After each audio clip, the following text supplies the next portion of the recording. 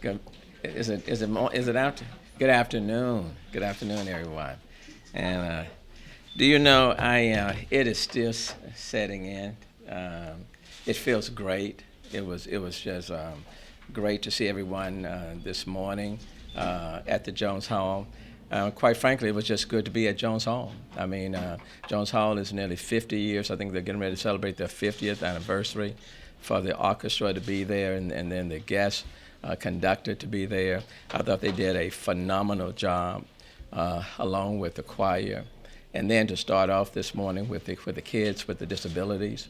I mean, what can you say? And to see the enthusiasm on their faces, that really set the stage for me. Yolanda Adams always does an incredible job. The song that she the song that she sang, "Never Give Up," of course, is like a favorite of mine. So I appreciate her singing that. But singing at the end, "God Bless America," I mean, how can you not be moved by that? With everyone joining in, so I was very moved. And then, of course, I'm a member of Brook Hollow Church, and for many of the choir members to be joining in, along with my pastor, being a part of the program, and I've been at the church for some 25 years. That was terrific. Family members, we meant a great deal to have all of them there. And then, quite frankly, to look at the other 16 members of City Council, and they represent the tapestry of the city of Houston, and then to look out at the audience, an overflow crowd of people who got up early this morning, I'm told, and people were starting to line up, way before 8 o'clock this morning, standing in line to get the tickets to come. I think just reflects the positive energy that exists in this city, the fact that people are excited, and the challenges that we have to make sure that we live up to people's expectations, and that the city does, and that we do an excellent job in representing every community that exists in this city. And one of the things we wanted to demonstrate this morning was the diversity of the city of Houston. And I can't say enough for the kids from Carver High School, the diversity that's there at that school, and then their artistry and their talent. I mean, these were our kids. These were our kids. And they just did a fantastic job. So I don't know about you, but everything else after that's got it downhill. Yes, sir. Yes. And I got to get used to hearing it. Yeah. You seemed kind of emotional at one point. You choked up when you talked about your mom and dad. Talk about that for a second. Well, for me, I mean, it just wasn't I wasn't a politician this morning, for example. This was one of those moments where you kind of walk down memory lane. I grew up in this city, and I grew up in this city at a time, for example, that the people in my neighborhood were bused. We were bused 18 miles a day to Klein High School, 36 miles a day. I took the bus to University of Houston. I did not start driving until I was on the campus of University of Houston. I didn't even know how to drive until I was a freshman at University of Houston. And I learned how to drive being a part of the debate team at University of Houston. I worked at what used to be Southwestern Bell at the corner of Sandra Center and Capitol. And then my dad and my mom, two parents, neither one of them had graduated from anyone's high school, but they were very hard workers, very committed to all 9 of their kids. And both of them are now deceased, but they sacrificed a great deal for all of those kids. And so when you reflect on that, and when you find yourself now at Jones Hall, okay, as the mayor of the city of Houston, and you're looking out in a room of 3,000 plus people, and they're standing for you, how can you help not be emotional? And at the same time, recognizing that in for so many of them, they are now placing their hopes in you. And so it was a great personal moment, but at the same time, I thought about also so many of the kids that are in the city of Houston, and the message that it was sending to them, that regardless of their social economic status, that this is still a city of hope and opportunity. So, yeah, a very emotional moment. And quite frankly, now being given the opportunity to serve this city for the next 4 years, I don't want to lose that, because I think that's what helps keeps you centered and keeps your feet on the ground, and will allow, in my case, will allow me to just kind of weather whatever storms that may come our way, and we'll get through them. Mayor, can you talk about how practically you're going to install the lofty promise of 24-hour turnaround for potholes? Yeah, I have already visited with Public Works and the Public Works director, and we have sat down and talked about it. And Public Works has given me every assurance that we will take whatever resources that may exist in order to get that done.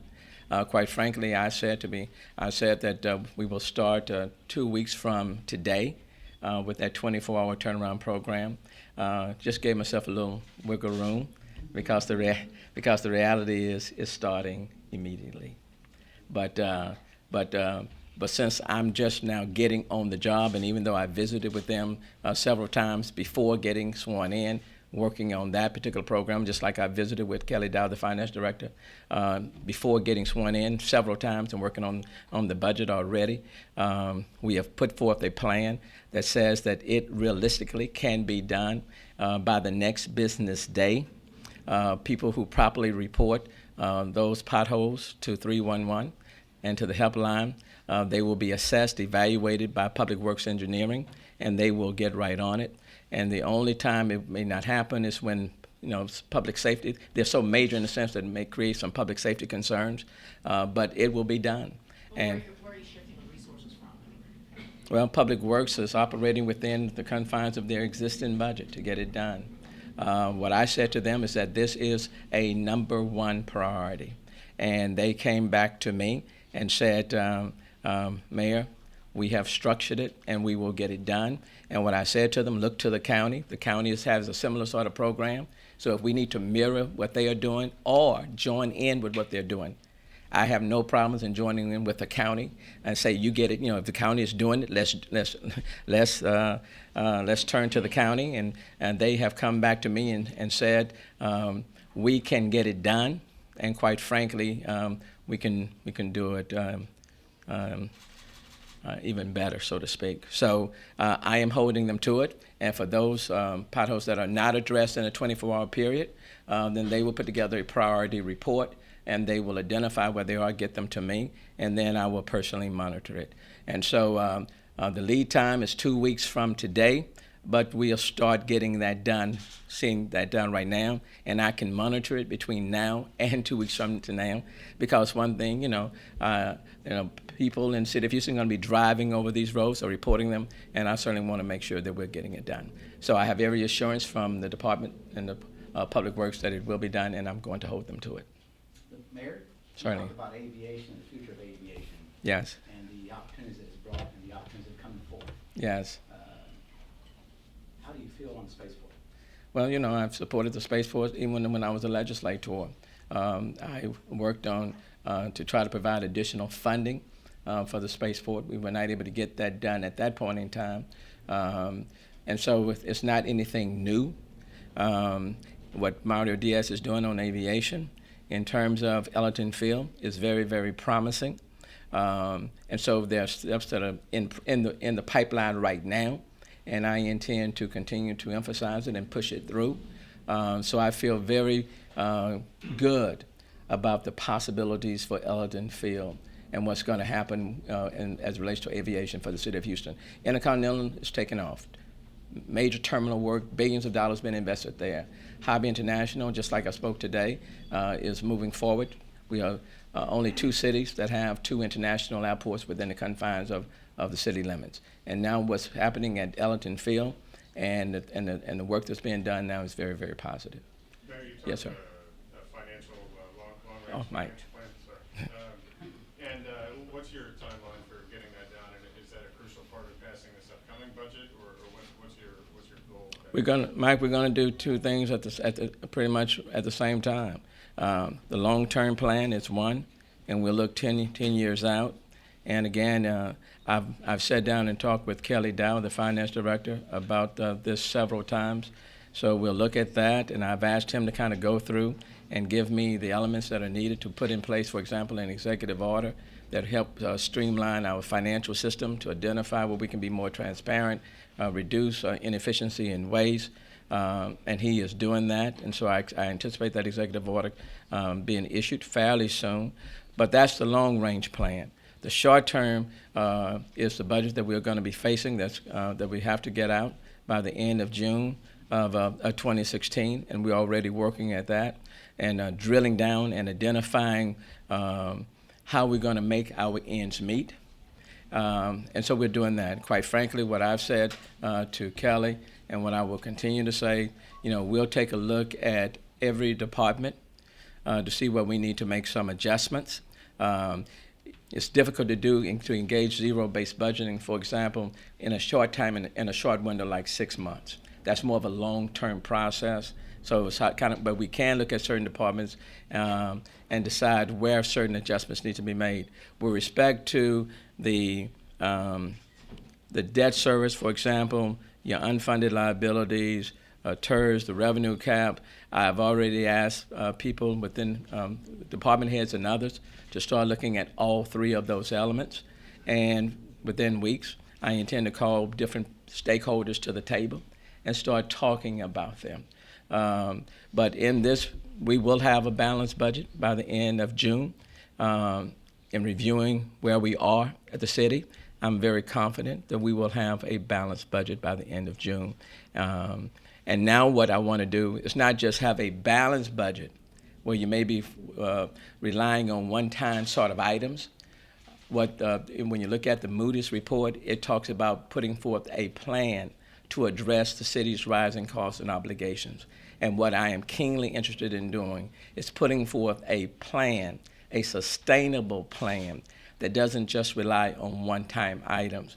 And in that sustainable plan, we are looking at, for example, your debt service. We're looking at unfunded liabilities. We're looking at, for example, TERS, and asking everyone to come to the table and be prepared to sacrifice for the best interest of the city. And this morning, if you notice, I talked about shared sacrifice. I was specifically talking in that regard. But do you envision that plan being like a published document that has a certain target date that you're shooting for to finish it and put it out there like that? Yeah, I do envision that. There are two parts of it. One is putting together the processes first, and that's through the executive order that I will issue. The other will require, for example, looking at various policy changes that need to take effect.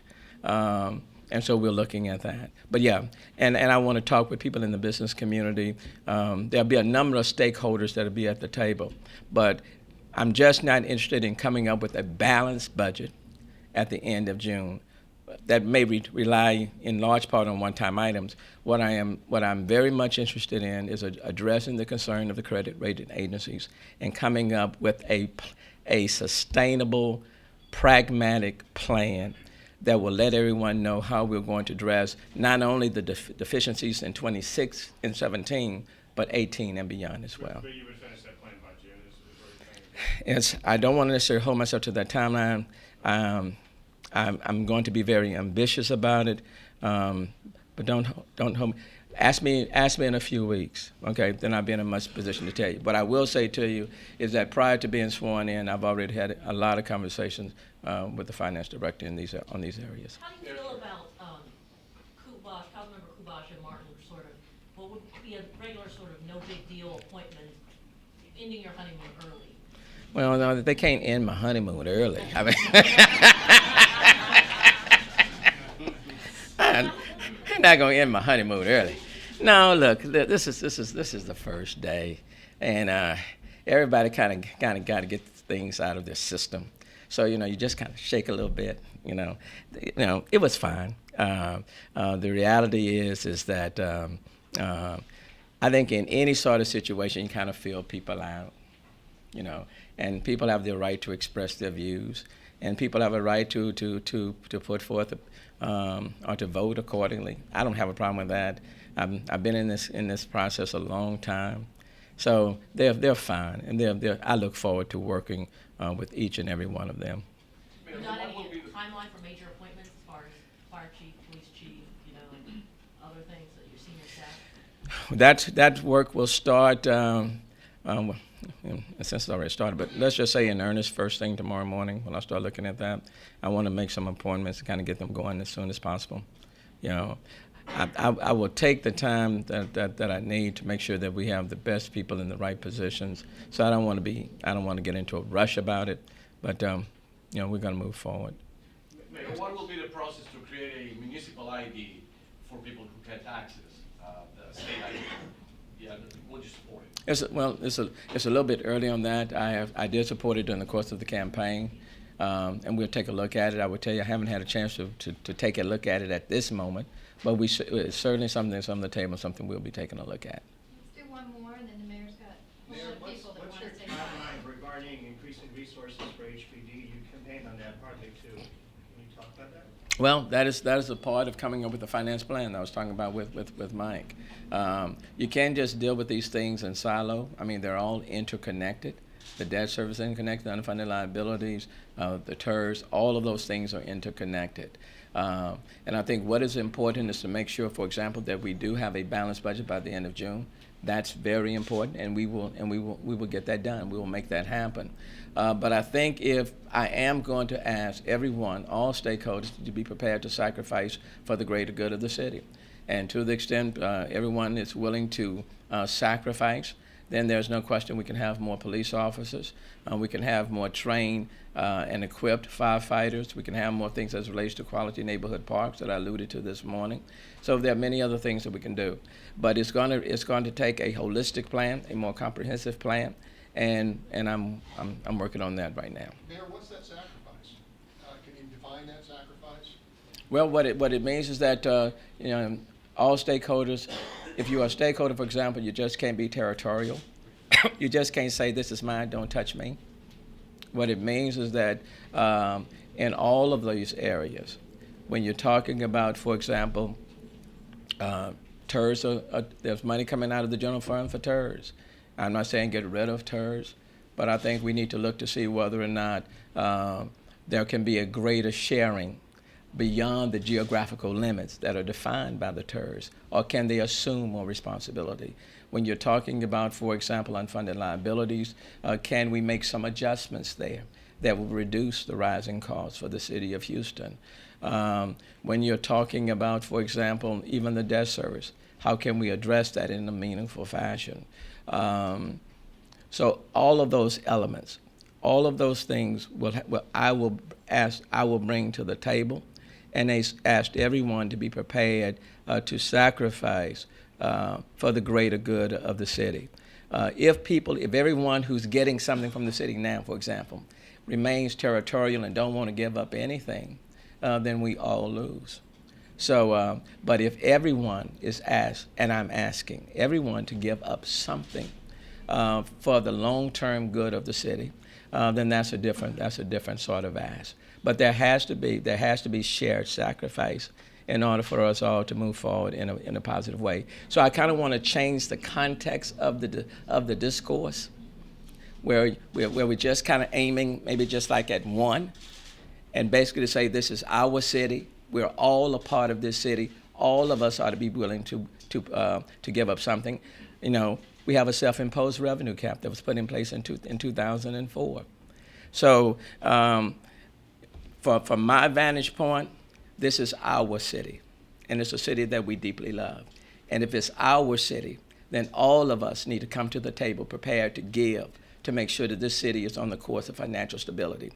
What is very important to me is getting control of the finances of the city of Houston and demonstrating to our credit rating agencies that we're not just relying on one-time expenditures, but that we have put forth a plan that will address the short-term and long-term financial woes of the city of Houston. It's going to take a great deal of diplomacy, okay? I'm not telling you that it's going to be easy, but what I am saying to you today, as I attempted to say this morning, shared sacrifice will render benefits that will endure to all of us. And there's no better time than to start today. Thank you very much. Thank you all.